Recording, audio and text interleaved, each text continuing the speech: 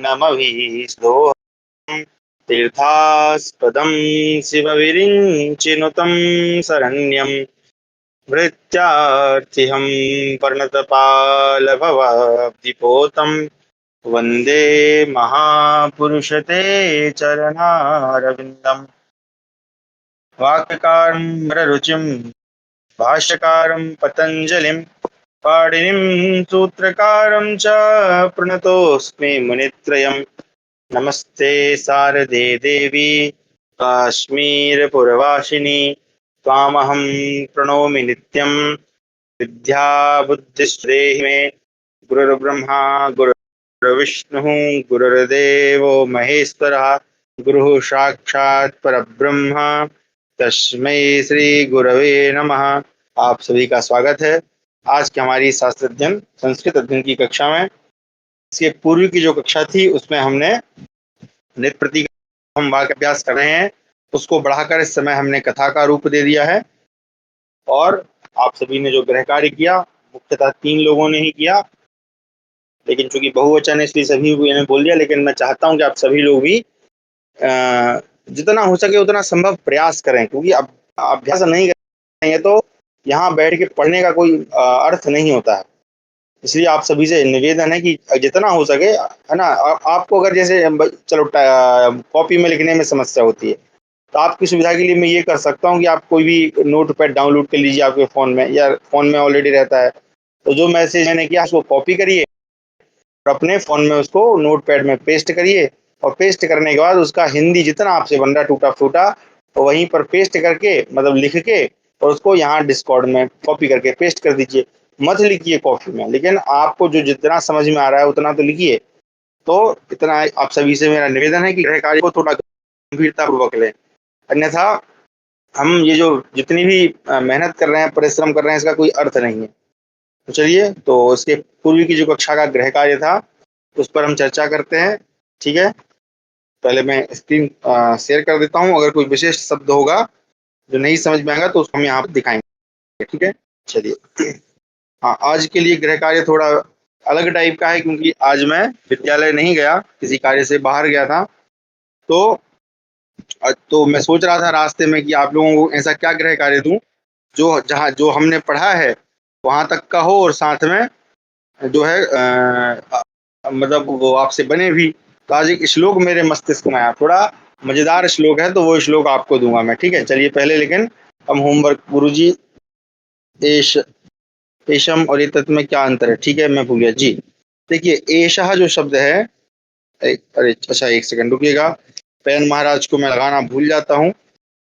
ठीक है, ये पेन महाराज जो हैं लेखनी, इनको हम कहते हैं लेखनी देवी। चलिए अब एक सेकंड एक्टिवेट हो जाएंगी। हाँ, तो देखिए एशः जो शब्द है ये पुल्लिंगवाची है, एशा जो है स्त्रीलिंगवाची है और एतत् जो है नपुंसक लिंगवाची है।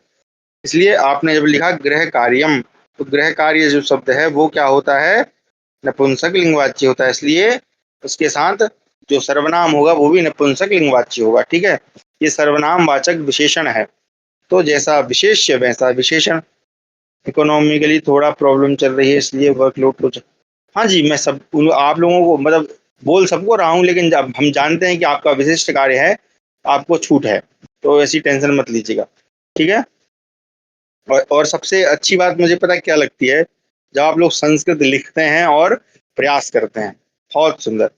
तो हम पढ़ते हैं इसको जो गृह कार्य था। ठीक है, जहाँ समझ में नहीं आएगा वहाँ बताएंगे आपको, या आपको लगे पूछना है तो अभी मैं होमवर्क सेक्शन देख रहा हूँ, आप लोग वहीं लेकिन विद्यार्थी चैट में ही लिखिएगा प्रश्न। ठीक है, नहीं आप फिर प्रश्न जो है समझाने के बाद ही लेंगे। तो हमारी जो कथा थी निषद देशे, निषद देश में, है ना, सप्तमी एक वचन, राजा नलः आसीत। राजा है ना, कौन था, नल, नल नाम का। अब देखो राजा शब्द जो है ये भी प्रथमा एक वचन है, राजन शब्द है ना, नकारांत पुल्लिंग, राजा राजानऊ राजानः ऐसे शब्द रूप बनते हैं। ठीक है, तो देखो अब मैं मुझे ये सही याद कैसे रह जाते हैं आपको बता देता हूँ। देखिए मैंने शब्द रूप केवल क्या याद किया है, राम का, और एक आध जो है मैंने अस्मद युष्मद इत्यादि याद किए हैं। लगभग सभी शब्द रूप एक जैसे ही होते हैं, बस हमको क्या करना होता है कि हमको बाकी सबको पढ़ना पड़ता है। यानी जितने भी कारांत होते हैं व्यंजनांत में, जैसे चकारांत है, तकारांत है, दकारांत है, या नकारांत है, या स्वरों में बात करें अकारांत, इकारांत, उकारांत, ऋकारांत, दीर्घ में भी वही सारे, फिर एकारांत, ओकारांत, जितने भी शब्द हैं इनको आप पढ़ लीजिए और इनको बारंबार अभ्यास कीजिए। आप पाएंगे कि सारे शब्द लगभग एक जैसे ही। बस आपको ध्यान क्या रखना है कि जैसे राजन शब्द हैं, तो राजन शब्द है, नकारांत है और पुल्लिंग है, तो आपको शुरू की 2 विभक्तियां याद रखनी है। तृतीया से लगभग सभी एक जैसे होते हैं, लेकिन ध्यान रखिएगा बनता क्या है। तो राजन शब्द बनता है राजा, राजानौ, राजानः, राजानम, राजानौ, राज्ञः, राज्ञा, राजभ्याम, राजभी, ऐसे सारे वही। तो अब जैसे अगर आप देखोगे तो वहां पे रमा भी बनता है या हरि भी, है ना, तो ऐसे ही लगभग एक जैसे ही बनते हैं, इसलिए शब्द रूप ऐसे याद हो जाते हैं। चलिए, तो राजा नलहा, नल नाम का राजा था क्यों, आसीत में अस धातु है, हमने पढ़ी है, अस का मतलब होता है होना या है, इसी का भूतकाल आसीत लंगलकार है, तो क्या हो जाएगा, था, राजा था। ठीक है, अस धातु से लंगलकार प्रथम पुरुष एकवचन। सह, यहाँ पे सा जो है वो विसर्ग का लोप है, इसलिए सा लिखा है। सह वह, अतीव, अतीव अव्यय है, सुंदर सर्वगुण संपन्न च आसीत, वह जो है अतीव सुंदर और सर्वगुणों से संपन्न था। अस्य गुणैहि आकृष्टा, अस्य, अस्य कस्य, नलस्य, नल के, अस्य मतलब इसके, किसके, नल के, नल के गुणों से आकृष्ट, आकृष्टा देखो यहाँ पर। ठीक है, अब आकृष्टा का थोड़ा सा हम वो कर लेते हैं, क्या पदच्छेद कर लेते हैं, या कहें हम प्रकृति प्रत्यय अलग कर लेते हैं। जरा बताइएगा क्या क्या है इसमें, कौन सा प्रत्यय है, कौन सी धातु है और कौन सा उपसर्ग है, जरा बताएं। मैं सभी का एक बार चेक कर लेता हूँ। आकृष्टा, ये इसी तरह से तो अभ्यास करेंगे हम। आकृष्टा, ये आपने पढ़ लिया है, कौन सा प्रत्यय है तो आपको बताना है। मैं इसको थोड़ा बड़ा कर देता हूँ ताकि ये पेन जो है मोटा मोटा लिखे। मैं इसको मिटा के दोबारा लिख रहा हूँ। ठीक है, शब्द क्या है हमारा, आकृष्टा, आकृष्टा। ठीक है जी, बताएं कौन सा प्रत्यय है, कौन सा उपसर्ग है और कौन सी धातु आपको दिखाई दे रही है। प्रयास करें, गलत सही के विषय में ना सोचें। ठीक है, लिखने का प्रयास करें। इंटरनेट तो नहीं चला गया, हाँ चल रहा है, जाने का तो कोई प्रश्न उठता ही नहीं है।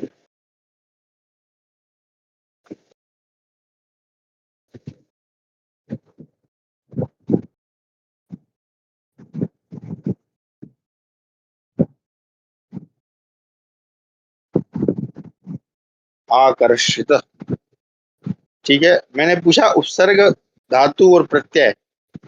आकृष्टा शब्द बना है, आकृष्टा, आ उपसर्ग है, क्री धातु है, तह प्रत्यय है। वेरी गुड, कृष्ट धातु, ओके, बहुत सुंदर। चलिए, अलग अलग उत्तर आ रहे हैं, तो मतलब सब प्रयास कर रहे हैं। धातु क्री है, बहुत बढ़िया।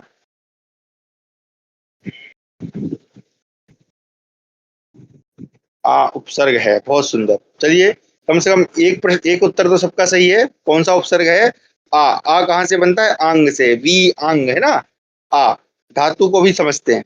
अच्छा, यहाँ पर देखिए टा लिखा है, टा, तो आपको अगर याद हो तो मैंने बताया था दृश्य धातु, दृश्य धातु में सा होता है, तो वहां पर क्या बनता है, ता प्रत्यय लगा के क्या बनेगा, दृष्टा, और स्त्रीलिंग में बनता है दृष्टा, और नपुंसक लिंग में बनता है दृष्टम। इस प्रकार से बनते हैं ना। उसी तरह से यहाँ आकृष्टा, तो आकृष्टा देखो, अगर टा रहे या ता रहे तो ये कौन सा उपसर्ग है, तहा तो क्षमा करें, उपसर्ग बोल रहा हूं मैं, प्रत्यय, कौन सा प्रत्यय है, तहा प्रत्यय है। तो प्रत्यय कौन सा है जी इसमें, तहा प्रत्यय। आकृष्टा, आकृष्ट हो गई, या आकृष्ट हो चुकी, या आकृष्ट हो गई थी, भूतकालिक प्रत्यय है ना। तो आकृष्टा कौन सा प्रत्यय है इसमें, तहा प्रत्यय, आकृष्टा। धातु कौन सी है, तो आ उपसर्ग पूर्वक धातु, इसमें देखें यहाँ पर धातु कौन सी है, कृष धातु है। ठीक है, धातु कौन सी है, कृष। एक बार देखना पड़ेगा, संभवतः इसमें मूर्धन्य शकारी है। ठीक है जी, गलत, इसको सही कर लें, मूर्धन्य शकारी है, धातु इसमें है कृष। धातु कौन सी है, कृष धातु। कृष कर्षणे, खींचने के अर्थ में, इसी से कृष्ण शब्द बनता है ना। कृष्ण शब्द का निर्माण भी इसी से होता है। जो क्या बोलते हैं, काले रंग को कृष्ण कहते हैं, और जो आकृष्ट करे, वहां पर भी देखे ना, आकृष्ट शब्द बनता है ना, आकृष्ट, है ना। तो आकृष्ट में कौन सा, आ उपसर्ग, कृष धातु और तहा प्रत्यय, इस प्रकार से कृष धातु है। ठीक है, चलिए, बहुत सुंदर।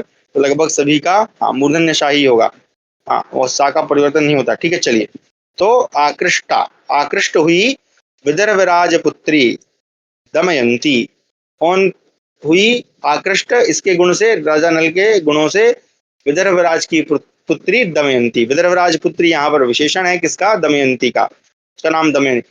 एनम, अब एनम शब्द जो है इसमें आपको समस्या हो सकती है।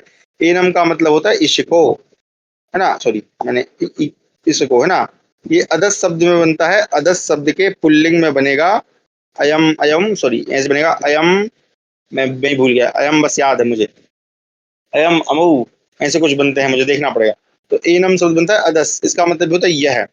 एनम राजानम, इस राजा को कामयते, इसमें और कामना करने लगी। कामयते ये कौन सा पुरुष है? उत्तम पुरुष है। क्षमा करें, उत्तम पुरुष बोल रहा हूँ मैं। हमने कल पढ़ा था आत्मनेपद, है ना, और इसमें जो है वो क्या है? भूतकालिक है। तो कामना कर रही थी या कामना करने लगी थी, इस प्रकार से। तो कह सकते हैं कि इस पंक्ति का अर्थ हुआ कि यह जो विदर्भराज पुत्री दमयंती थी, राजा नल के गुणों से आकृष्ट होकर क्या कर रही थी?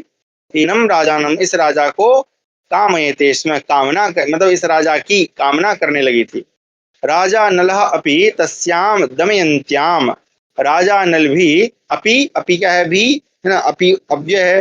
राजा नल भी तस्याम दमयंत्याम, तस्याम बनता है तत्शब्द के स्त्रीलिंग वाचक सप्तमी एक वचन में, तस्याम दमयंत्याम, दमयंती शब्द है नद्याम, दमयंत्याम सप्तमी एक वचन, जैसे मत्याम बनता है, नद्याम बनता है ना, तो सप्तमी एक वचन दमयंत, दमयंती में, है ना, क्योंकि मैं पेपर होता सप्तमी। स्नेहित, स्नेह, स्नेह करने लगा, यानी दमयंती को चाहने लगा। स्नेह, स्नेह धातु है यहाँ पे, धातु कौन सी है? स्नेह, स्नेह स्नेह करने के अर्थ में होती है। तो इसमें लगा दिया तो भूतकालिक हो गया, स्नेह करने लगा था। तो ये राजा भी, जो राजा नल है वो भी दमयंती को स्नेह करने लगा।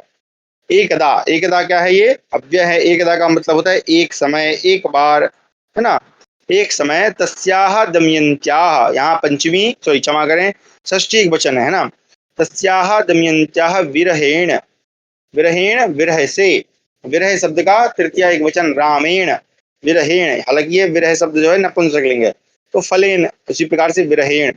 तो एक समय दमयंती के, उस दमयंती के विरह में भूपति ही, भूपति राजा, नलह उपवनम विहारम इष्टवान, तो उपवन, उपवन बोलते हैं बगीचे को, गार्डन को, विहारम विहार करने के लिए, इष्टवान, इष्टवान मतलब इच्छा करता है, उपवन घूमने की इच्छा करता है या घूमने को इच्छा करता है। विहारम शब्द विहार शब्द है, विहार में द्वितीय एक वचन करेंगे तो विहारम, विहारम बन जाएगा।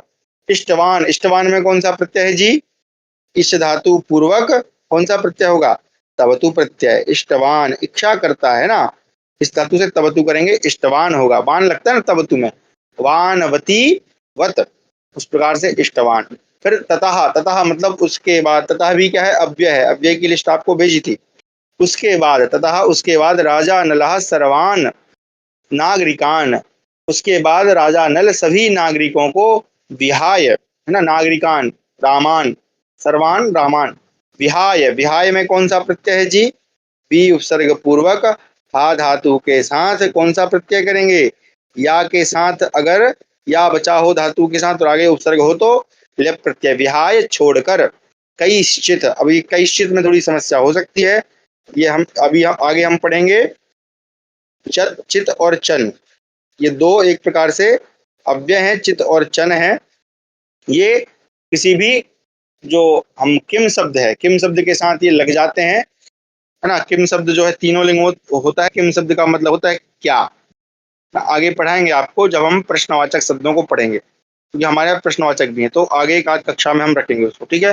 तो कैश्चित का हो जाएगा कई ही प्लस चित, ठीक है। चित और चन एक प्रकार से प्रत्यय के रूप में कार्य करते हैं, हालांकि हैं अव्यय। तो कोई, अब यहाँ पे कई कहाँ बनेगा?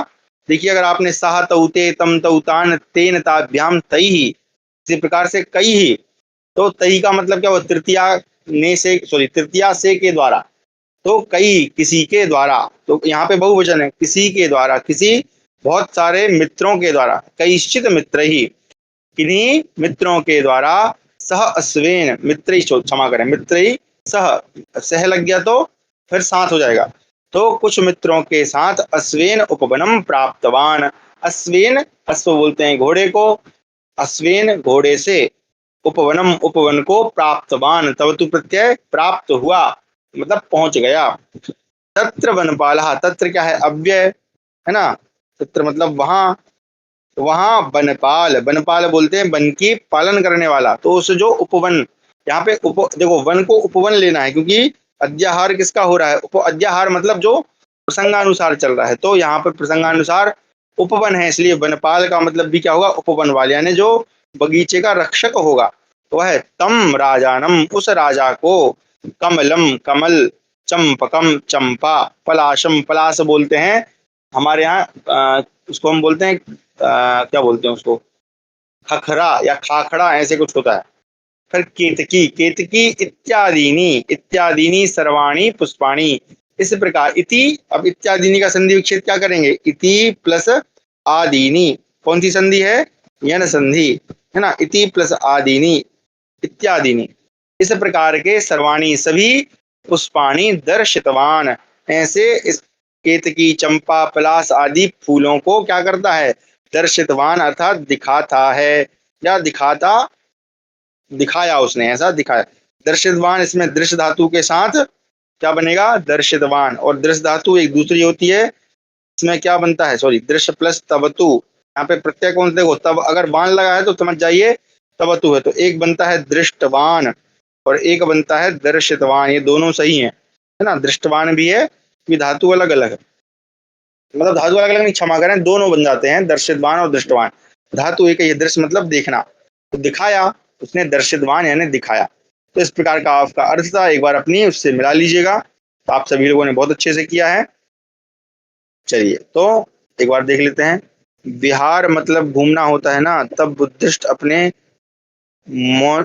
मोनेस्ट्रीज को विहार क्यों बोलते लगे, हाँ तो वो उनके घूमने का ही तो था स्थान, और जो बौद्ध विहार होते हैं वो घूमने के लिए होते हैं, और रहने के फिर बाद में वहां पे रहने लगे, विहार ही करने लगे। अब आजकल के समय में विहार का एक दूसरा मतलब भी होता है, ये अष्टाध्यायी से देखकर लिखा है, कैश्चित तब, हाँ जी बिल्कुल, बहुत सुंदर। तो जिस, हाँ अंश जी ने जैसे किया कि अगर नहीं मिला तो कहाँ जाएंगे, हम गूगल नहीं करेंगे, अष्टाध्यायी करेंगे, क्योंकि गूगल में समस्या इस समय ये है कि संस्कृत के बहुत सारे ग्रंथों का ओसीआर मतलब वो टेक्स्ट को नहीं पढ़ पाता है, संस्कृत अभी डेवलप हो रही है। बिहार, बिहार, हाँ हो सकता है ये हो बिहार, हाँ पाल, सॉरी प्राकृत या पाली, उसमें संभवतः ये विहार हो जाता है, अपभ्रंश होके मूल शब्द है विहार। ये कौन सा वकार है, ओष्ठ वकार है, ये कौन सा है, दंतोष्ठ है ना, आपने पढ़े हैं, ओ क्या बोलते हैं इसको, उच्चारण, तो उच्चारण नहीं भूलिएगा। तो इस प्रकार से हमारा ये था। चलिए अब आज का होमवर्क देता हूँ आपको, मतलब आपको जो बना कर लाना है, ठीक है, एक बड़ा अच्छा, जी जी पूछें।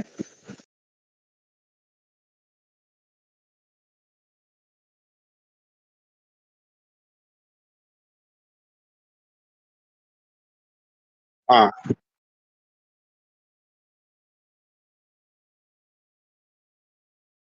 हाँ हाँ,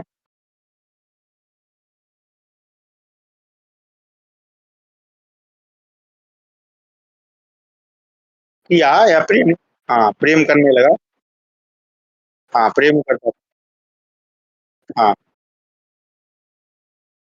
ठीक है, हाँ तस्याम, इसलिए देखिए तस्याम यहाँ पर विशेषण के रूप में प्रयोग हुआ है, तस्याम उस, दमयंत्याम, दमयंत्याम उस दमयंती को, है ना, ऐसे है ना, दमयंत, सॉरी क्षमा करें, दमयंताम, हाँ तस्याम दमयंत्याम, उस दमयंती को, तो ये विशेषण के रूप में है ना, इसलिए इन दोनों में एक सी विभक्ति है, इसमें भी षष्ठी एक वचन, सप्तमी एक वचन, इसमें भी सप्तमी एक वचन, तस्याम दमयंत्याम, तो ये विशेषण के रूप में है। सर्वनाम शब्दों का हम विशेषण, हम कहते ना, अरे उस लड़के को ऐसा बोलना, मैंने तुमसे जो कहा था ना, वो तुम उस लड़के से जाकर कह देना। हम हिंदी में भी वाक्य व्यवहार करते हैं, तो वाक्य व्यवहार में अगर आप तस्याम नहीं भी लिखे लगाएंगे तो भी कोई समस्या नहीं, तो ये उस अर्थ में है, उस दमयंती को, दोनों का एक अर्थ में चलेगा, ठीक है। चलिए तो अब आज का होमवर्क भेज रहा हूँ, एक श्लोक है, बड़ा आनंददायक श्लोक है, तो ये अचानक से मस्तिष्क में आया तो मैंने कहा चलो यही देता हूँ, ठीक है। तो श्लोक है, उष्ट्राणाम विवाहेषु गीतम गायन्ति गर्दभा परस्परम प्रशंसन्ति अहो रूपम अहो ध्वनि, इसका अर्थ करके लाइएगा, आपको मजा आएगा, बड़ा मजेदार श्लोक है। ठीक है। पाली तोतली भाषा है जहाँ सप्तमी विभक्ति लगानी चाहिए वहाँ छठी लगा देते हैं, इक्ष्वाकु ओकाका बन जाता है। हाँ जी, अपभ्रंश है ना। पाली जो है, देखिए क्या है, भाषा जो है वो नित्य प्रति विकास की ओर बढ़ती है ना। तो अगर हम देखें भाषा का इतिहास अगर आप पढ़ोगे तो पहले तो कोई भी ध्वनि होती ही नहीं थी। फिर जब ध्वनि और इनका नाद का आरंभ हुआ तो फिर भाषा बनी। फिर उसके बाद अपभ्रंश होते आज देखिए किस अवस्था में पहुंच गई। अब अगर आपको वर्तमान का उदाहरण दूं तो हमारी जो हिंदी है वो क्या हो रही है, इंग्लिश बनते जा रही है, यानी उसमें अंग्रेजी के शब्द मिलते जा रहे हैं इंग्लिश। इसके लिए हमारे गुरुजी एक अच्छा सा एक वो सुनाते थे कथा। मैं आपको बताता हूँ ना, कथा नहीं मतलब एक मजाक टाइप की है कि एक बार उनकी जो मतलब जो मेड थी यानी नौकरानी जो थी वो उनके पास आई। अब गुरुजी क्या है, हमारे बाहर आराम कुर्सी पे बैठ के अखबार पढ़ रहे थे, समाचार पत्र। तो उन्होंने कहा उससे कि दीदी रसोई घर में जाकर चाय बना लाओ। तो वो बड़ा आश्चर्यचकित हो गई कि भैया ये चाय बनाने को तो कह रहे हैं लेकिन ये रसोई घर क्या है, वो कुछ समझ ही ना आए। अच्छा, वो जो उनकी नौकरानी थी वो बिल्कुल पढ़ी लिखी नहीं थी, उसको कुछ भी अक्षर ज्ञान नहीं था। तो उसने पूछा कि गुरुजी आप बोल क्या रहे हैं। तो कहा रसोई घर में जाके चाय बना लाओ। तो बोलती है कि बाकी सब तो समझ में आ गया लेकिन ये रसोई घर क्या है। तो उन्होंने कहा किचन। तो वो बोलती अच्छा ऐसा बोलो ना किचन। तो किचन शब्द देखें तो क्या है, अंग्रेजी का शब्द है ना। तो अब वो पढ़ी लिखी नहीं है फिर भी उसको अंग्रेजी पता है किचन, समझ रहे हैं ना। तो आजकल क्या हो गया है कि अंग्रेजी भाषा हमारे भाषा के साथ सम्मिलित हो गई है, संयुक्त हो गई है। तो ऐसे ही अब क्या भाषा का विकास हो रहा है। हो सकता है आने वाले, अब देखो आप अगर समाचार पत्र उठाकर देखोगे ना, कोई भी ऐसा है बड़े गर्व से कहते हैं कि हम हिंदी समाचार पत्रकारिता करते हैं। हिंदी के समाचार पत्र में कोई भी एक आर्टिकल आप पढ़ लो, आपको नहीं तो मतलब कम बोल रहा हूं मैं, 100 से ज्यादा शब्द जो है अंग्रेजी के मिल जाए, क्योंकि वो सम्मिलित होते जा रहे हैं, भाषा जो है विकसित होती है। तो ऐसे ही इस प्रकार से चलता रहता है जी, ठीक है। तो है ना, ये एक मतलब वो है भाषा का एक उदाहरण देते थे गुरुजी की ऐसा क्यों होता है। तो संस्कृत का भी समय के साथ ह्रास हो गया। पाली प्राकृत बोलने में सरल थी और धीरे धीरे फिर उससे सौर सैनी मागधी और क्या बोलते हैं मागधी प्राकृत है, इस प्रकार से मगध देश की बोले जाने वाली फिर अलग अलग स्थानों में अलग अलग से बोले जाने लगी ऐसी। और भी फिर मराठी उड़िया गुजराती बंगाली ये सब बनती गई। आर्टिकल बोला आपने, हाँ लेख नहीं बोला, हाँ वही देखिए, मतलब हमको भी नहीं पता चलता हम क्या बोल रहे हैं, ठीक है। आज क्या इंग्लिश है और हिंदी और इंग्लिश का मिक्स, हाँ वही मैं कह रहा हूँ। पर्सियन अरबिक और टर्किश का शब्द भी है हिंदी में, हाँ जी। और आप देखेंगे ना जैसे जर्मन की जो भाषा है या देखिए विकीपीडिया पे एक आर्टिकल सर्च, अब मैं चलिए लेख ही बोलूंगा। तो आप जो है विकीपीडिया पे एक लेख सर्च कीजिएगा, सर्च भी बोल रहा है, खोजिएगा, अनुसंधान करिएगा, ठीक है। तो वो क्या है, ऐसा कुछ है कि comparison of Sanskrit words in other language ऐसे करके है। उसमें आपको कुछ 100 से ज्यादा और बल्कि 1000 शब्द कुछ मिलेंगे जिसमें बताता है कि ये संस्कृत मूल का शब्द है और ये अन्य भाषा में ये है। ऐसा कुछ था, मैंने बहुत पहले पढ़ा था जब मैं कॉलेज में था। वहाँ हमारे यहाँ एक भाषण मतलब ये वक्तव्य चल रहा था। तो वहाँ एक गुरुजी ने बताया था कि इस प्रकार से विकिपीडिया का एक आर्टिकल है, ठीक है जी। तो आप लोग अनुसंधान करिए, मिल जाएगा संभव। अगर मुझे मिलेगा तो मैं लिंक भेज दूंगा। लिंक को क्या बोलेंगे, अब लिंक का संस्कृत, अरे अभी नया जो ये देखो आजकल के जो आधुनिक शब्द है ना, जैसे लिंक है, कंप्यूटर का तो क्या संगठक है, इंटरनेट है, ऐसे बहुत सारे आधुनिक शब्दों को भी संस्कृत जो हमारी जो संस्कृत शब्दकोश है उसमें सम्मिलित किया जा रहा है, क्योंकि नए नए शब्दों का निर्माण हो रहा है ना, नई नई चीजों का। उस समय तो ये सब था नहीं, ठीक है जी। रिक्शा जापानी से आता है, रिकी मतलब आदमी और श्या मतलब ताकत। हाँ जी, तो बहुत सारे शब्द, कैंची शब्द देख लीजिए आप। हम लोग साइकिल चलाते हैं, साइकिल में एक एक भी शब्द हिंदी का नहीं है, सारे विदेशी हैं। साइकिल अंग्रेजी का शब्द है, उसकी सीट है ना, उसका हैंडल है ना, ये सब क्या है, चेन, ये सब क्या है, अंग्रेजी शब्द है। अरे बहुत सारी चीजें हम उसका हमेशा प्रयोग करते हैं लेकिन हमें पता ही नहीं चलता, लेकिन सबको हिंदी में। अच्छा, हिंदी में एक और विशेषता रहती है कि जैसे अब देखो एक जैसे आपको उदाहरण देता हूँ, जैसे एक शब्द है गर्ल, है ना, इसको कहते हैं लड़की, और इसका बहुवचन अंग्रेजी में क्या होता है, गर्ल्स, है ना। लेकिन आप हिंदी में क्या बोलेंगे, गर्ल्स नहीं बोलेंगे बल्कि क्या बोलेंगे, गर्ल्सों, है ना। कैसे बोलते हैं, गर्ल्सों, ऐसे बोल देते हैं। पर नया शब्द निर्मित हो जाता है ना। तो जाके गर्ल्सों को कह दो, तो वही है, नया शब्द बन जा रहा है। और ये हमारे हिंदी वाले सर बोलते हैं। मराठी में लिंक जोड़ संदर्भ होता है, शायद हिंदी में सेम। हाँ जी, इसका भी है, क्रिकेट भी पूरी तरह से इंग्लिश है जी। चलिए, इस हमारी चर्चा को यहाँ वहां नहीं भटकाते हैं, और चर्चा भटकती रहती। चलिए, तो हमारा अगला प्रत्यय था, वो था सानच प्रत्यय। इसको थोड़ा ध्यान से पढ़िएगा, क्योंकि यहाँ से आपको जो है कौन सी आत्मनेपदी धातुओं का अभ्यास होगा, ठीक है। क्योंकि हमने आत्मनेपद आपको पढ़ा दिया था, कल बता दिया था। तो सानच जो प्रत्यय है वो किसके साथ होता है? आत्मनेपद धातुओं के साथ ही होता है। ये परस्मैपद धातुओं के साथ नहीं होता है, इसका ध्यान रखिएगा। अच्छा, अब सानच और ये दोनों का अर्थ हमने कौन कौन से पढ़े? कल सत्री पढ़ा, सत्री प्रत्यय पढ़ा ना हमने। हसंतम, हसंती, हसत, है ना, सॉरी, हसन, हसंती, हसत, अन लगता है, अंति लगता है, और अत लगता है, ठीक है। उसी प्रकार से जो सानच प्रत्यय है, इसमें क्या क्या लगेगा, तो ध्यान रखिएगा। ये भी तीनों लिंगों के समान चलेगा। तो इसमें पहले पुल्लिंग में जुड़ेगा मानहा, स्त्रीलिंग में जुड़ेगा माना, और नपुंसक लिंग में जुड़ेगा मानम। इनके शब्द रूप किसके समान चलेंगे? मानहा अकारांत पुल्लिंग रामवत, माना स्त्रीलिंग आकारांत रमा शब्द के जैसे, और मानम अकारांत फल जैसे चलेंगे, ठीक है। इसके सरल शब्द रूप सरल हैं, क्योंकि ये तो तीन तो आपको याद होनी चाहिए कंपलसरी। तो सत्री और सानच ये दोनों प्रत्यय जो हैं किस अर्थ में होते हैं? करते हुए, इस करते हुए के अर्थ में होते हैं। और इनमें जब हम प्रत्यय को किसी धातु के साथ जोड़ते हैं, किसी धातु मतलब आत्मनेपदी धातु के साथ जब जोड़ते हैं, तो मानहा, माना और मानम ये सब जोड़ते हैं, ठीक है जी। चलिए, अब जोड़ते हैं जरा। सबसे पहले देखिए, यज धातु ले लेते हैं। यज, यज होती है यज्ञ करने के अर्थ में। यज में हमको कौन सा प्रत्यय जोड़ना है जी? सानच प्रत्यय जोड़ना है। यज जो है, इसमें रूप क्या बनते? यजते, यजेते, यजंते, यजसे, यजेथे, यजध्वे, यजे, यजावहे, यजामहे, है ना। देखो, अब मैं एक श्लोक भी गाता हूँ, है ना। बंद धातु होती है, बंदे।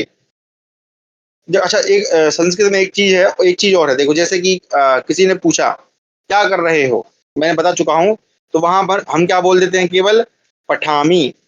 और पठामी से समझ समझ आ जाता है कि ये बोलने वाला कौन है? मैं हूँ, ठीक है। मैं बोल रहा हूँ, क्योंकि ये क्या है, ये कौन सा करता है? उत्तम पुरुष कर्ता में बनता है पठामी, है ना। केवल एक क्रियापद बोलने से भी पता चल जाता है। उसी प्रकार से जब आप बोलते हैं वंदे, वंदे गुरु परंपराम, है ना, या जो और भी कई श्लोकों में हम वंदे ईश्वरम वंदे, हालांकि वंदे धातु यहाँ द्वितीया होती है हमेशा। तो वंदे जब हम कहते हैं, तो वंदे भी कहाँ बनता है? यही आपका सानस प्रत्यय है, ठीक है। चलिए, पहले अभी महामृत्युंजय में यजामहे आता है। हाँ, वो यजामहे आत्मनेपद है ना। क्या बनेगा? यजे, यजावहे, यजामहे। हाँ, त्र्यंबकम यजामहे, त्र्यंबकम, जिसके त्र्यंबक हैं। अब त्र्यंबकम का संधि विच्छेद करेंगे तो क्या होगा? अच्छा, अच्छा, करिए जरा। त्र्यंबकम संधि विच्छेद करें जरा, क्या है? आप देखो, ये से वेद मंत्रों का अर्थ करने लग जाएंगे। संधि जरूरी है, बिना संधि के त्र्यंबकम समझ में नहीं आएगा। करें जरा, त्र्यंबकम यजामहे सुगंधिम पुष्टिवर्धनम। वर्धनम कहाँ बनेगा? वर्धनम वर्ध धातु से कौन सा प्रत्यय लगा है, बताइएगा। हाँ, बहुत बढ़िया। त्रि प्लस अम्ब, कौन सी संधि है? यण संधि है ना, अम्बकम। अम्बकम का अर्थ आंख भी होता है, और भी कई अर्थ होते हैं, लेकिन यहाँ आंख अर्थ में कि जिसके तीन आंख हैं, तीन अम्बक हैं। यजामहे, उसकी हम यजन करते हैं, उसके लिए यज्ञ करते हैं, इस प्रकार से अर्थ हो जाएगा। सुगंधिम पुष्टिवर्धनम, जो सुगंधिम और पुष्टि को बढ़ाते हैं। यण संधि, हाँ जी, ई प्लस या, बहुत सुंदर। चलिए, तो यज प्लस सानच क्या होगा? हाँ, देखो, आपको कहीं डाउट लगे अष्टाध्यायी में ढूंढ लीजिएगा। चलिए, तो यज प्लस क्या जुड़ेगा भैया? पुल्लिंग में। देखो, यहाँ पे लिख देता हूँ ऊपर ही, पुल्लिंग, स्त्रीलिंग और ये नपुंसक लिंग, है ना। बार बार बताने की आवश्यकता नहीं है, अभ्यास अब तक हो जाना चाहिए। तो क्या हो जाएगा? यज में यज को जोड़ दीजिए, सीधा मानहा जोड़ दीजिए, बन जाएगा तो यजमानहा। यजमानहा यज्ञ करते हुए, यजमानहा यज्ञ करते हुए, स्त्रीलिंग यजमाना, यजमाना स्त्रीलिंग यज्ञ करते हुए, और यहाँ पर क्या हो जाएगा? यजमानम। बस इतना सरल है, जोड़ना बहुत सरल है। यजमानः, यजमाना, यजमानम। लेकिन आपको ध्यान रखना होगा जो विशिष्ट धातु हैं वहां पर यण संधि होगी, है ना। उसी तरह से देखिए अगला आप लोग बनाइएगा जरा, है ना। मैं अब दूसरे शब्द से ही आप लोगों को दे रहा हूँ। याच प्लस सानच, इन तीनों में से कोई सा एक बना दीजिए, बाकी मैं लिख दूंगा यहाँ पर। बनाइए जरा। याच का अर्थ होता है मांगना, मांगने के अर्थ में होती है धातु याच, इसी से याचक शब्द बनता है ना। लवण प्रत्यय करके याचकः इस प्रकार से शब्द बनेगा। आगे लवण प्रत्यय हम पढ़ेंगे, ठीक है। तो याच, याच मतलब मांगना, मांगने के अर्थ में है। याचते, याचेते, याचनते, याच से, याचे थे, याचध्वे, याचे, याचावहे, याचामहे। कुछ वैष्णव स्कॉलर्स अम्ब को माँ बोल रहे हैं थे तीन। देखिए माँ अगर बोलेंगे ना तो वहां अम्बा शब्द होना चाहिए, अम्बा, अम्बकम नहीं। अम्बकम किस अर्थ में है? नपुंसकलिंगांत है ना। तो नपुंसकलिंग अम्बा तो स्त्रीलिंग हो गया, फिर कैसे हो जाएगा, है ना। अब वो, अब वेदों का देखिए तीन प्रकार का अर्थ होता है, लौकिक, पारलौकिक और एक वैदिक, यानी यज्ञ के अर्थ में होता है। हाँ जी, बहुत सुंदर दीदी जी। याचमानः क्या बन जाएगा हमारा? याचमानः। कुछ नहीं करना, जो है उसी में जोड़ते जाइए। याचमानः, यहाँ क्या हो जाएगा? याचमाना, मांगते हुए। तो वह मांगते हुए, उसको मुझसे पैसे मांगते हुए शर्म नहीं आ रही थी, है ना। याचमानम उसको मुझसे, उसको, इसको किसी का भी नाम लिख दीजिए, है ना, जो आपका दुश्मन हो। तेरा सह शत्रु या धर्म याचमानम, या सॉरी, सह शत्रु धर्म याचमाना। शर्म, अब शर्म को क्या कहेंगे, मैं भूल ही गया। ठीक है चलिए, तो मेरा भी शब्दकोश गड़बड़ हो गया है भाई, तो कम से कम आपको पढ़ाने से शब्दकोश सुधरेगा। तो याचमाना, याचमाना, याचमान, ठीक है चलिए। और देता हूं आपको। हाँ, एक इसका बनाइए जरा। ये धातु तो आपको पता है कि वर्त धातु, सानच प्रत्यय के साथ। वर्त है या वृत है, दोनों एक प्रकार से बनती हैं। हाँ, क्या बनाएंगे? वर्त का एक कोई बना दीजिए, क्या बनेगा जी?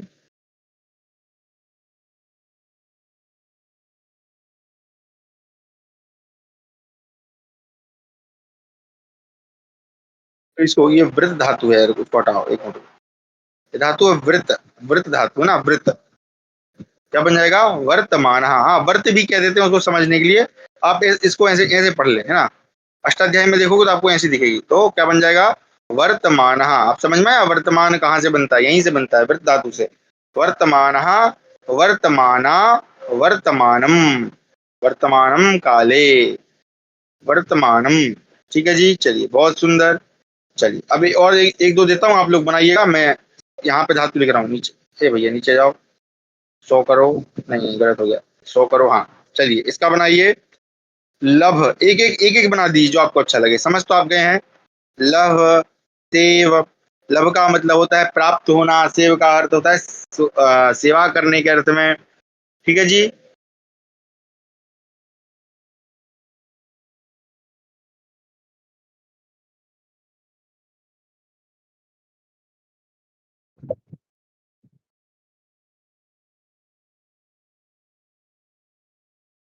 याचमाना तद्व्यान ब्रह्माणाधिकार शक्ति सत्यम। क्या हो जाएगा लभ का? लभ माना, है ना, बहुत सरल सा है। लभ माना, मैं पुल्लिंग बना रहा हूँ, बाकी आप बना लीजिएगा।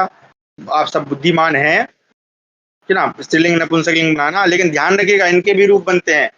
लभ माना, लभ मानव, लभ, क्या बनेगा? लभ माना, लभ मानव, लभ मानाह। अभी देखिए जितना भी मैं पढ़ा रहा हूँ ना, ये इसलिए मैं पहले पढ़ा रहा हूँ कि आपसे जब संभाषण कराऊंगा तो ये सब चीजों का उपयोग होना चाहिए भाई, है ना। संभाषण में किसी को भागने नहीं दूंगा। तो उसके लिए थोड़ा सा विचार करना पड़ेगा, क्योंकि संभाषण में आप लोगों का माइक जो है वो खुला होना चाहिए, वो कंपलसरी है। उसके बिना संभाषण संभव नहीं है। वैसे हम लोग जब संभाषण कक्षा करते हैं तो सामने बिठाकर ही प्रत्यक्ष रूप से करते हैं। तो फिर भी देखेंगे, ऑनलाइन में थोड़ी समस्या होती है, क्योंकि सब लोग जो है अपने घर के कार्य भी कर रहे होते हैं। समय भी हमारा वैसा सेट हुआ है ना। तो अगर वैसे लगेगा हमको कि अभी नहीं कर पाएंगे संभाषण, तो हम जो है महाभारत की कक्षा को पुनः आरंभ करेंगे। और जब शीत ऋतु होगी तो संध्या के समय हम जो है जल्दी 6 बजे या 7 बजे आरंभ करके सिर्फ 8-10 दिन की एक संभाषण की कक्षा रखेंगे। ठीक है चलिए, अब आ जाते हैं कुछ विशिष्ट धातुओं पर। ठीक है जी। चलो पहले जरा इसका बनाइए, त्वर का। त्वर प्लस सानच, एक बार जरा बना के दिखाएं, क्या बनेगा? त्वर प्लस सानच।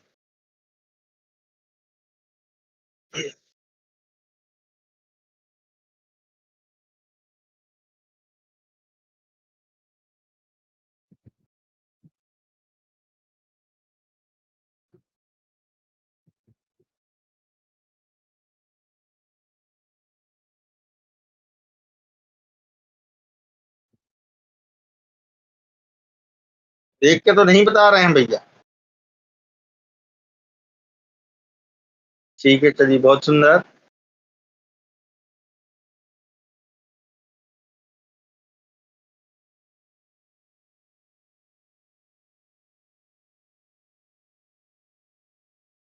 हाँ जी, क्या बनेगा देखिए। त्वर, सॉरी, गलत लिख दिया मैंने, क्षमा करें, सही करता हूँ। क्या बनेगा? त्वर मानः, इस प्रकार से बनना चाहिए। लेकिन ध्यान रखिए, जो नियम था हमारा क्या है, अगर वाक्य में कहीं पर राशारी हो तो जो नकार है इसको क्या हो जाता है, णा। तो क्या बन जाएगा? परमाणः, है ना। रा के कारण ना को णा हो गया, इसलिए बन गया परमाणः। ठीक है जी, इस प्रकार से हमारा त्वरमाणा बन गया। चलिए, अब कुछ विशिष्ट धातुएं मैं लिखवा देता हूं, आप समझ गए। कहाँ गई भाई धातुएं? हाँ, ये रही। ठीक है, चलिए। जैसे भास धातु है, भास बोलने के अर्थ में होती है, इसका बनता है भाषमाण। क्या बन जाएगा? भाषमाण। क्यों बन गया भाषमाण? क्योंकि शाह है, रा शा री, इन तीनों के अर्थ में नाकोणा हो जाता है, भाषमाण। ठीक है। उसी तरह से अब देखिए, अगली धातु है क्री। अब ये स्वरांत धातु है, तो यहाँ पर चूंकि री है तो री को क्या कर देंगे, अर। तो री का प्लस अर, है ना, और यहाँ पर क्या लगाना है हमको, माना। अब जरा बना, अरे भाई पुल्लिंग बना रहा हूं मैं, है ना। हालांकि मानम ही बनेगा नपुंसकलिंग, लेकिन मैं पुल्लिंग डायरेक्ट ही पुल्लिंग बना देता हूँ, तो हो जाएगा मानहा। ठीक है। क्या हो जाएगा? का को मिलाएंगे आज से,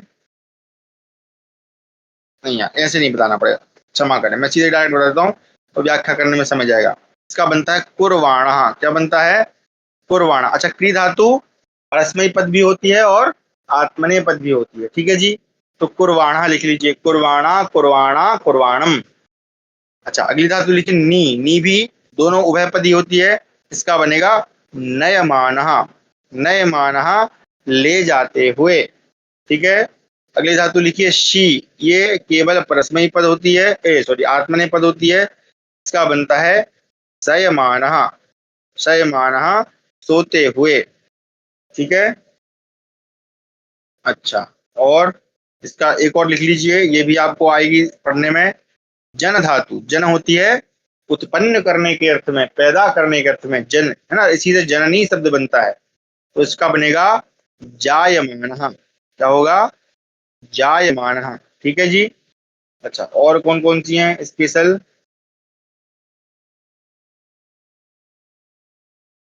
लगभग हो गई हैं सब, है ना। हाँ, ठीक है, इसका लिख लीजिए आश धातु, या अस कर देता हूं उसको मैं, ओढ़ने चो के आस बनता है, इसलिए अस ही लिख लीजिए। ठीक है।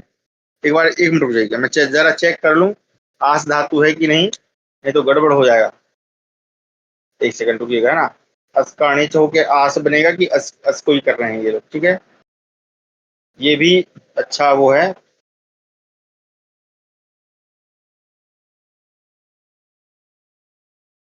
सूत्र पाठ में नहीं मिला, धातु पाठ में देखता हूँ।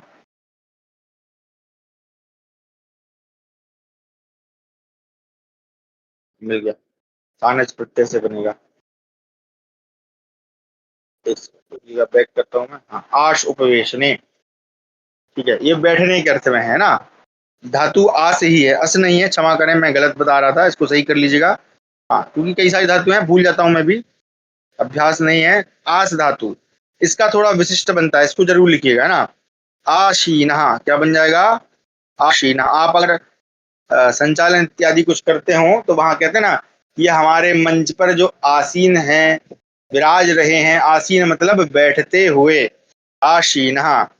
आसीना, और नपुंसकलिंग में बन जाएगा आसीनम, यहां से बनता है आशीन। आस धातु होती है बैठने के अर्थ में, आशीनम, है ना, आशीन। आस का बनता है आशीन। आशीन है ना, अलग थोड़ा सा इसकी प्रक्रिया है। चाणस प्रत्यय होता है, एक चाणस भी होता है, एक सानच भी होता है। बहुत खतरनाक खतरनाक प्रत्यय है भैया। ठीक है चलिए, तो ये आपका था सानच प्रत्यय। सानच प्रत्यय में हमने देखा, एक बार हम रिवीजन कर लेते हैं फटाफट। एक मिनट हो जाइएगा, मैं खोल लूँ आप लोगों की चैटिंग। हाँ, ये विशेष है, एक बार इनको लिख लीजिए या समझ लीजिए इनको। कॉपी में लिखेंगे तो ज्यादा अच्छा है, कभी समस्या होगी। सीता जी को रावण के द्वारा ले जाते हुए जटायु ने देखा। हाँ, तो अब इसको कैसे करेंगे? सीता जी को सीताम रावणेन, रावण के द्वारा ले जाते हुए। अब ले जाने के लिए कौन सी धातु है जी? कौन सी धातु है? नी धातु। तो नयमानः, सीता जी को रावण के द्वारा ले जाया जा रहा है, इसलिए यहाँ पे नयमानः किसके अनुसार होगा? रावण के द्वारा। नयमानः जटायु, जटायु ने, या जटायु तृतीया भी कर दीजिए, यहाँ पे तृतीया हो सकती है। तो क्या हो जाएगा? जटायु सात, क्या बनेगा? गुरु गुरु गुरुणा, जटायुना, जटायुना अपश्यत, अपश्यत देखा, जटायु के द्वारा देखा गया, या जटायु अपश्यत, जटायु ने देखा। कर्ता करेंगे तो ने हो जाएगा, भूतकालिक कर्ता ने। और देखने के लिए कौन सी धातु? दृश्य धातु। उसका अपश्यत बनता है लंग लकार में, और परोक्षलिट करेंगे तो हो जाएगा ददर्श। तो आसन कहाँ बनेगा? अर्थ क्या होगा? हाँ, आसन भी इसी से बनता है, आस धातु से ही आसन शब्द बनता है ना। आसनम, णम नहीं, ल्युट प्रत्यय करके बनेगा, ल्युट प्रत्यय करके आसनम शब्द बनेगा। अलग अलग प्रत्यय हैं बहुत सारे, ठीक है। ये दूसरे अर्थ में आसीना, बैठते हुए, आसनम बैठने का स्थान। अभी आगे ल्युट प्रत्यय पढ़ाएंगे आपको, ठीक है जी। तो ल्युट प्रत्यय करेंगे तो आसनम शब्द बनेगा, है ना। नी, नहीं माँ। चलिए, सभी को समझ में आ गया होगा, मैं आशा करता हूँ।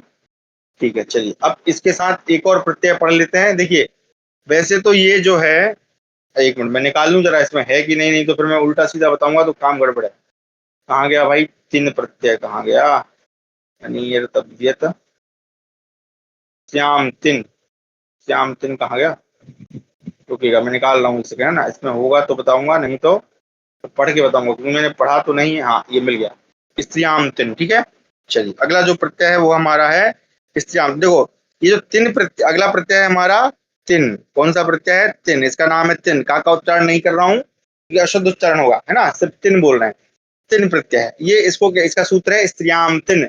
यानी इस भाव अर्थ में देखो, बहुत सारे जो होते हैं प्रत्यय भावार्थ के लिए होते हैं।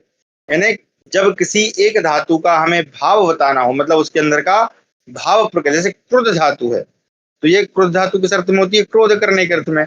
तो क्रुद्ध धातु में जब हम क्रोधा बनाएंगे तो सुप प्रत्यय करके बना लेंगे, तो वो किस अर्थ में हो जाएगा? भाव अर्थ में, है ना। उसी तरह से जो तिन प्रत्यय है, देखो, अगर आप याद करोगे तो पहली जब कक्षा हमने आरंभ की थी, कौन सी? जब हम प्रत्यय पढ़ रहे थे, ठीक है, प्रत्ययों का हम परिचय पढ़ रहे थे, वहां आपको मैंने 5 प्रकार के प्रत्यय लिखाए थे।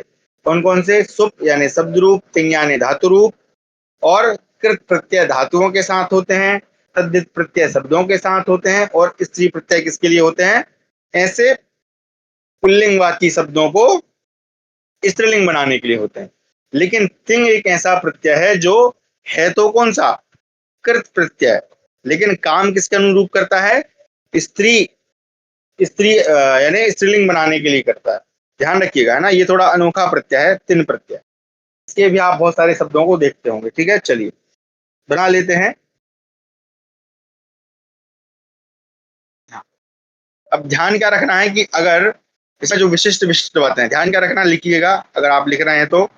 जो तिन प्रत्यय है, अगर ये किसी शब्द में लगा है, किसी भी शब्द, क्षमा करें, किसी भी धातु में लगा है, तो जो इस प्रत्यय को लगाने से जो शब्द बनेंगे वो हमेशा क्या होंगे? नित्य स्त्रीलिंग शब्द होंगे।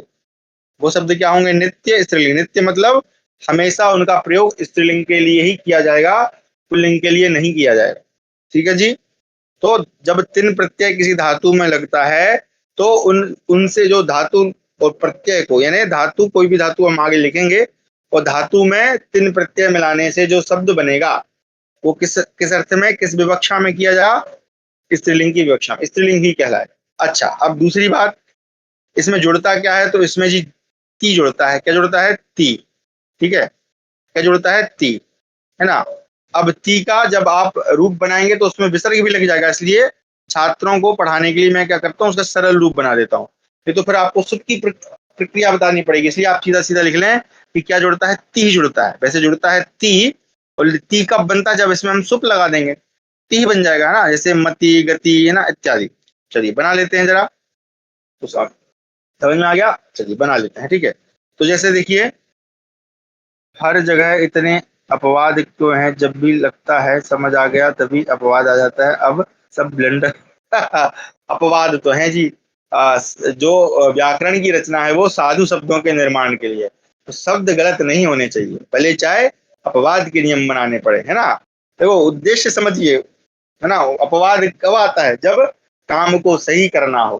तो यहाँ हमारे जो ऋषि महर्षि हैं वो काम को सही कर रहे हैं, नहीं तो वो कुछ भी बना देते, लेकिन वो चाहते हैं कि नहीं, शब्द सही बने।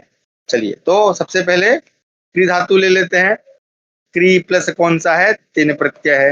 हालांकि स्त्रीलिंग स्त्री प्रत्यय भी पढ़ेंगे, स्त्री प्रत्यय तो और खतरनाक खतरनाक है। और सारे नहीं पढ़ेंगे, दो चार ही पढ़ाऊंगा मैं ना, क्योंकि वो सारे पढ़ाने में मेरे दिमाग खराब हो जाता है। जो जो काम के वो पढ़ा देंगे, ठीक है। तो स्त्रियाम तिन, तो क्या क्या भैया बचता है? ती से बचता है, और इसमें हमेशा स्त्रीलिंग में ही बनेगा। और क्या बनेगा? इकारांत ही बनेगा, क्योंकि ती में ई है, ह्रस्व ई है। तो का क्री का ले लीजिए क्री, और तिनका लगा दीजिए ती, तो क्या हो जाएगा? कृति ही बन गया। लीजिए, क्या समस्या है। उसी तरह से देखिए, नी धातु, नी धातु ले जा, कृति किसमें? करने के भाव का क्या हुआ? कृति। जहां करने का भाव हो उसको कहते हैं कृति, भाव संज्ञा में होता है। इसका जो किसमें होता है, यानी स्त्रीत्व की विवक्षा में और भाव अर्थ में होता है। कृति किसको कहेंगे? करने के भाव को कृति कहते हैं, है ना। कहते हैं ना कहीं, ये मेरी सुंदर सी कृति है। कृति मतलब मेरी रचना, मेरा भाव है ये। नी क्या हो जाता है? ले जाने के अर्थ में। इसमें हम लगा देंगे तिन, तो तिन का क्या जुड़ेगा? नी का रहेगा नी, और तिन का जुड़ जाएगा ती ही, क्या हो गया? नीति ही, ले जाने का भाव, है ना। नीति क्या है? यही तो है, आगे ले जाने का भाव है। नीति का, नीतियों का निर्धारण क्यों होता है? कि व्यक्ति आगे बढ़े, नीति नियम हम कहते हैं ना, नीति ही। चलिए, आ गया समझ में। अच्छा चलिए, ध्री धातु, ध्री धातु किस अर्थ में होती है? धारण करने के अर्थ में होती है। लगा दीजिए तीन प्रत्यय, जरा बताइए क्या बनेगा। हाँ जी, काव्यति। नहीं, ऐसे नहीं बनाएंगे, काव्यति नहीं बनेगा। वहां पे देखना पड़ेगा पोयम के लिए कौन सी धातु है। कवि शब्द बनता है ना, कवि। हाँ, क्या बन जाएगा इसका? धृति, धारण करने का अरे मैं धा छाल गिरा हूं। क्या बनेगा? धृति ही। धृति क्षमा दमोस्तेयम, शौचमिंद्रिय निग्रह, ध्री विद्या सत्यम क्रोधो दशकम धर्म लक्षणम। ना, धर्म के लक्षण हैं ये 10। वहां पे क्या था? धृति धृति दमा दशकम, हाँ। धृति क्षमा दमोस्तेयम, है ना। क्षमा शब्द भी आप समझ ही गए हैं, कहाँ से बनता है? क्षम धातु से सुप प्रत्यय करके स्थित्व की व्याख्या में टाप जब करेंगे तो क्षमा शब्द बनेगा। चलिए आगे। अच्छा, गम धातु है। गम धातु का क्या बनेगा जी? जरा बना के दिखाएं आप लोग, मतलब देखता हूं मैं आप कहाँ तक सही पहुंचते हैं।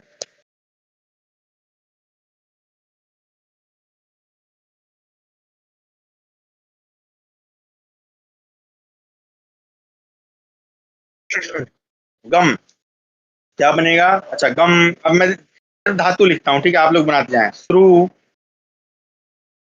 नहीं ती लगाना है, नी नहीं लगाना। गम में ती नहीं, नहीं, नहीं। गति ही बनेगा। क्या बनेगा? गति। ये विशिष्ट धातु है, देखिए स्टार लगा हुआ आपकी उसमें। जब स्टार लगी धातु आए तो समझ जाइए क्या करना है, कान खड़े कर लेना है कि भैया अलग रूप बनेगा, गति। श्रु, श्रु से करिए। अच्छा, श्रु के बाद है स्मृति। ये सब आपको मैं वैदिक शब्द बता रहा हूँ, स्मृति, है ना। भज, जब भज का थोड़ा अलग बनेगा, बनाइएगा मत, है ना, गड़बड़ हो जाएगा।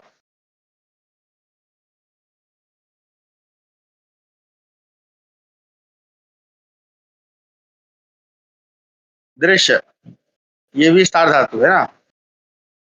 क्या क्या बनेगा? इनका बनाइए, श्रु स्मृति भज का भी बताता हूँ। नहीं, गति ही बनेगा, गति ही। हाँ, क्या बनेगा? श्रु से श्रुति ही, सुनने का भाव श्रुति कहलाता है, इसलिए तो वेद क्या है? श्रुति है। क्योंकि वहां भाव है। स्मृति क्या हो जाएगा? स्मृति, श्रुति स्मृति पुराणोक्तम, है ना। भज का बनेगा, भज का लिख लीजिए, भक्ति, भजने का जहां भाव होता है उसको ही कहते हैं भक्ति। और दृश्य, दृश्य मतलब दृश्य क्या? हाँ जी, सबने सही बना लिया, वेरी गुड। दृष्टि, है ना, दृष्टि, दृष्टि देखने का भाव दृष्टि कहलाता है ना जी। चलिए, और कुछ विशिष्ट धातु में, जैसे कि देखिए सम धातु है, समन करने के अर्थ में होती है, इसका बनता है शांति ही। लिख लीजिए, इसका बनता है शांति ही, है ना, शांति, सृष्टि, पुष्टि। अच्छा, बुध धातु किस अर्थ में होती है? जानने के अर्थ में। देखो आपको मैं जानबूझकर नई नई धातुएं बता रहा हूँ, मेरे पास लिस्ट बहुत बड़ी है, तो लेकिन फिर भी मैं सोच रहा हूँ कि आपको कुछ नई नई धातुओं से परिचय हो। सम शांति के अर्थ में होती है, समन करने के अर्थ में, और बुध होती है जानने के अर्थ में। इसका बनेगा बुद्धि। क्या बनेगा? बुद्धि। यहाँ पे सब व्यंजन संधियां हो रही हैं ना, इसलिए थोड़ा अलग अलग बन रहा है। अच्छा, उसी तरह से मुच धातु होती है, किस अर्थ में होती है? ये मैं बता चुका हूँ, मुच धातु, इससे आप परिचित हैं। मुक्ति, इससे क्या बनेगा? मुक्ति, मुक्ति शब्द। ठीक है जी। अच्छा, एक आप बना लीजिए स्तु धातु का, ये तो आप बना लेंगे। स्तु किस अर्थ में होती है? स्तवन करने के अर्थ में, है ना, किसी का गुणगान करना हो। क्या बनेगा? हाँ, बहुत सुंदर, स्तुति ही बन जाएगा। क्या बन जाएगा? स्तुति ही, है ना। बस देखिए कितना सरल है। अब आपको समझ में आ गया, जो शब्द आप सुनते रहते हैं उनमें कौन सा प्रत्यय है। और अब आप किसी से डिबेट करने जाएं तो श्लोक लिखे रहते हैं, पूछ लीजिएगा कि बता दो कौन सा प्रत्यय है, कि पिताजी नहीं बता पाएंगे कि तीन प्रत्यय है, क्योंकि उसने कभी पढ़ा ही नहीं है ना। तीन प्रत्यय किस अर्थ में होता है? स्त्रीत्व की विवक्षा में और भावार्थ में होता है। ध्यान रखिएगा, भाव अर्थ में होता है किसी भी धातु का, जब भाव बताना हो। गम, जाना, जाने का भाव क्या है? गति। ठीक है, टी से धा कैसे बन गया? अब वो सब संधियां अंधियां होती हैं। देखिए मैं व्याख्या नहीं करता हूँ, आपको जो देखो, जिज्ञासा होना बहुत अच्छी बात है, आपके अंदर होनी भी चाहिए। क्या करिए, गूगल की जगह अष्टाध्यायी जाइए, चलिए अच्छा एक करके दिखा देते हैं। ठीक है, ये सब व्यंजन संधि में आगे होगा, है ना। चलिए देख लेते हैं, है ना। बुद्धि शब्द तो आपको मिल भी जाएगा, नहीं मिलेगा तो उसके जैसा दूसरा देख खोज लीजिएगा, बुद्धि, सर्च कर लीजिए, ये आ गया। देखिए बुध, है ना, बुध अवगमने, जानने का, टू नो, टू अंडरस्टैंड। तीन प्रत्यय देखो लिखा भी है, बुद्धि शब्द। यहाँ पे आप जाएंगे आपको पूरा रामायण बता देंगे वो बुद्धि। ये देखो आ गया, भुआदयो धातवा से, भुआदि धातु में बुध पढ़ा गया है, तीन लगा के। ये देखो ये लिखा है सूत्र, जसत तथोर, सॉरी, क्षमा करें, जसस तथोर्धो धा, और झलाम झस जसी, झलाम झस जसी, ये जस संधि है, जसत्व संधि आगे हम पढ़ेंगे व्यंजन संधि में। ये दो सूत्र हैं, आप सूत्र पे क्लिक करेंगे तो यहाँ आपको पूरा मिल जाएगा। ये देखो कैसे कैसे बनेगा, ये पूरा विवरण लिखा है, पढ़ते जाइए, है ना। आपकी इच्छा। और यहाँ नहीं समझ में आ रहा है तो ये काशी का लिखा है, काशी का वृद्धि है, काशी का तो बहुत सरल रहती है। तो इसलिए इसलिए मैं शास्त्रों पे नहीं जाता हूँ, क्यों? क्योंकि अब ये एक सूत्र है ना। अब ये कौन सा है? आठ, सॉरी, आठवें, क्या बोलते हैं, अरे, आठवें अध्याय के प्रथम पाद का 16वां सूत्र है। अब इसके आगे पीछे के कितने सूत्रों का अध्याय हुआ है वो आपको देखना पड़ेगा। तो इस प्रकार से आप सर्च कर सकते हैं ना। आपको अष्टाध्यायी जैसा सुगम एप्लीकेशन अनुप्रयोग मैंने दे दिया, उससे तो कुछ श्रेष्ठ है ही नहीं। कभी आपको लगे टाक्स खोल लीजिए, धातु और अर्थ का पता हो तो ज्यादा आसान होगा, अर्थ ही नहीं पता होगा तो बहुत से धातु का। हाँ जी, इसलिए तो कह रहे हैं कि जो 200-250 की जो लिस्ट भेजी है उसको बार बार पढ़िए, हनुमान चालीसा जैसे सुबह उठ के उसका पाठ करें, है ना। कहाँ गई वो लिस्ट? एक मिनट रुक जाओ, मैं निकालता हूँ, यहीं से निकालता हूँ। ये होमवर्क में डली है ना, कब बहुत पहले भेजी थी मैंने। अगर आपने 211 है उसमें, तो उतनी भी तैयार कर ली तो समझ लीजिए कल्याण हो गया। अच्छा, एक लिस्ट और बनाने को बोला था मैंने, बना रहे हैं कि नहीं बना रहे हैं? प्रत्ययों की लिस्ट, ये जितने प्रत्यय पढ़ते जा रहे हैं, है ना, वो उनकी लिस्ट बनानी है भाई। कहाँ गया? अरे कहाँ गया वो, कौन से उसमें मैसेज में लिखा था मैंने, भूल गया। चलिए कहीं यहीं कहीं होगी, धातु सारणी, ये देखो 7 तारीख को भेजा है मैंने, है ना।